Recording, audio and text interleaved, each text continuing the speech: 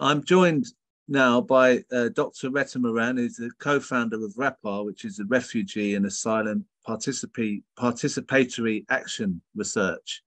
How are you doing, Rhetta? I'm well, thank you, Crispin. And yourself? I'm good, but I've been reading the Mail on Sunday, I'm afraid, and it's I've just been reading that Hotel Britain must come to an end to deter migrants from asylum shopping. Immigration Minister Robert Jenrick has declared, he says that he's proposing switching luxury rooms for simple functional spaces in abandoned student housing, defunct holiday parks, and even budget cruise ships. He said that basic accommodation could remove the pull factor that's encouraging so many migrants to risk their lives seeking a better future in the UK.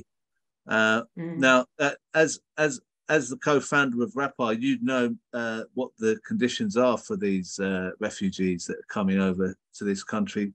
Would you say that Robert Jenrick's got his finger on the pulse here? I can think of where he's got his finger, and it definitely isn't on the pulse of anything that's real. If there is a five-star hotel that's carrying reports of scabies, it definitely should lose its star rating, that's for sure. And we do have confirmation of scabies in hotels and in reception centres. Over the years since I began to do this work, as well as the contingency accommodation, which is what they call the accommodation that has been brought out in the COVID era, which is when the hotels got opened up for people. In addition to that, you've had people and you've had people in army barracks like Napier and things like that. In addition to that, you've had people over several years, many years, in extremely poor accommodation in communities like rat-infested houses, with water coming through ceilings and down walls, and really compromising fundamental safety around electricity, with children and babies in houses. So the idea that the reason that somebody is leaving their home and their families, maybe their children, maybe their parents, maybe their lovers, because they want to come to some kind of oasis of accommodation in the UK, is not only completely false in every aspect, it's also profoundly insulting to human beings who have been compelled to leave everything that they know. And it's really not possible for me to overstate, Crispin, how profound the despair can become when people who have fled and who are in the UK and don't have their status, on top of all of that, find themselves living in basically absolute shitholes. There's nothing about that which would lead you to believe that you have got any kind of intrinsic value as a human being. I don't know if any of the listeners or viewers here have ever had to live in substandard accommodation. But if you live in a place where it's cold, where it's damp, where it's infested, or where it's very unclean, or, and perhaps this is even more profound, where you are 24/7 at risk of being abused, having your privacy completely violated, being threatened, that environment is extremely debilitating for anybody's sense of their own humanity. And any society that is presiding over that as being the environment within which any person seeking asylum or any person without status finds themselves, that society needs to take a very hard look at itself. And the minister who's describing so falsely what the reality is for people on the ground. There's only one reason why they're doing that. It's a very ancient reason, and it's called divide and rule. Because if they can convince us, as in the population of Britain that is British, to become a baying crowd that would seek out these places and tear out the people from within them, it's a marvelous distraction and a marvelous redirection of all our political and physical and mental energy away from the source of our problems. The refugee people are not our problem. And all this is, it's red meat that's being thrown. And it's literally bodies. It's literally over the bodies of people that they're doing it. Yeah, I read that there's a case of someone who's actually in such bad conditions that they're going on a hunger strike.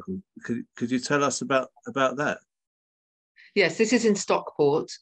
This is actually a member of RAPAR who went on hunger strike on the 2nd of November, but didn't tell us until the 5th of November, by which time he had collapsed and been an ambulance admission to hospital, following on the beginning of his hunger strike.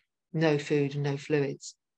So obviously we've been extremely connected up with that gentleman and his family, making sure that everything around the circumstances and the environment and the management of that hunger strike is as it should be. Sometimes in all of this narrative, what people are forgetting is that people are political refugees. People have fled political persecution. And the hostile environment is engineered so that somebody who is a political animal, person, once they get here, will feel very constrained about maintaining their capacities to communicate about the human rights violations, the politics that have led them to become refugees. When they, on top of that, find themselves exposed to human rights violations at the hands of the British state, their political refugee status, if you like, becomes even compounded. It's like they're doubling up. They're a political refugee from a place somewhere else in the world, and now they're a political refugee in the UK. The pressures upon them to not speak out are profound. We have reported, and it was in our open letter to Manchester City's city solicitor, which was authored, I think, in June. We made the point in that letter that there is no mechanism that is secure for people to be able to report what's happening to them in these hotels. We called upon that particular council to introduce such a mechanism so that people could report safely about what was happening to them. And we pointed out in that open letter that we had received reports from people telling us that Serco staff had threatened them that if they attempted to communicate about the problems that they had in the hotel, that a note would be put on their asylum application with the Home Office. Now, that's a direct threat to interfere with due legal process. It's extremely serious, and it's yet to be acted upon, as far as I know. And if you're a political, refugee, that's something that is not reported in the Mail on Sunday. I mean, the fact this man who's on hunger strike was running away from a political situation that threatened his livelihood. I mean, that scenario is not painted, is it? His life. Yes, I mean, and it's very often the case. It might be direct or indirect. You know, I've known many people over the years who, if they had stayed where they were, they'd be dead.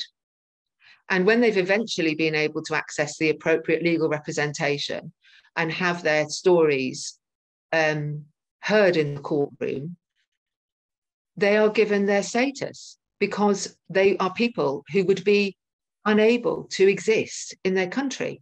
And that's why they're here. And, you know, I don't know what the stats are at the moment around the number of people who actually eventually do end up getting their status, but the battles that people have to go through, which are made even more difficult at the moment by the access to legal aid lawyers. So, yeah, people are political, they are political refugees. That is what a refugee is. And the 1951 Convention, you know, all of that work was around understanding on the back of the Second World War that as a world, we must create safety for people who are being persecuted because of who they are and what they do. Mm. And I mean, the term asylum seeker has sort of taken over the word refugee in the media's presentation of what's happening.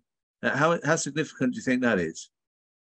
Yeah, that's actually an interesting one from the point of view of linguistics, because the word asylum seeker, or the phrase asylum seeker, didn't come into our vocabulary until just around 2000, 2001, 2002. It was under a Blair government, and I think that's important to own the history here.